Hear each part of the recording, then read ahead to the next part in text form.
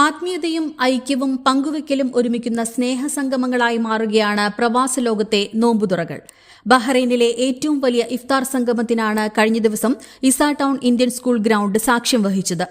റമദാനിലെ രണ്ടാമത്തെ വെള്ളിയാഴ്ച ബഹ്റൈൻ KMCCയുടെ ആഭിമുഖ്യത്തിൽ സംഘടിപ്പിച്ച ഗ്രാൻഡ് ഇഫ്താറിൽ വിവിധ മതവിഭാഗങ്ങളിൽപ്പെട്ട 10,000-ലധികം ആളുകളാണ് ഒത്തുചേർന്നത്. ഗ്രാൻഡ് ഇഫ്താർ സംഗമത്തിൽ ബഹ്റൈൻ വ്യവസായ വകുപ്പ് മന്ത്രി അബ്ദുള്ള ബിൻ ആദിൽ ഫക്രു മുഖ്യ അതിഥിയായിരുന്നു. Indian ambassador doctor Vinod Jacob സംഗമം ഉദ്ഘാടനം ചെയ്തു. ഇത്രയും വലിയ ജനസമൂഹത്തെ അഭിസംബോധന ചെയ്യാൻ കഴിഞ്ഞതിൽ സന്തോഷമുണ്ടെന്നറിയിച്ച ഇന്ത്യൻ അംബാസിഡർ ഇന്ത്യയും ബഹ്റൈനും തമ്മിലുള്ള ഊഷ്മള ബന്ധം ഊട്ടിയുറപ്പിക്കുന്നതാണ് ഇത്തരം ഇഫ്താറുകളെന്നും അഭിപ്രായപ്പെട്ടു. KMCC Bahrain president Habeeb Rahman ഇഫ്താർ സംഗമത്തിൽ അധ്യക്ഷത വഹിച്ചു.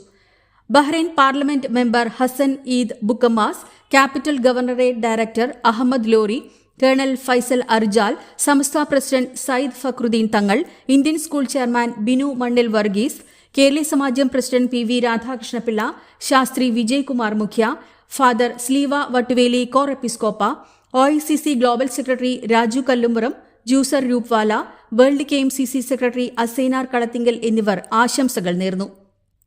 KMCC general secretary Shamsuddin Vellikulangara സ്വാഗതവും മുസ്തഫ KP നന്ദിയും അറിയിച്ചു.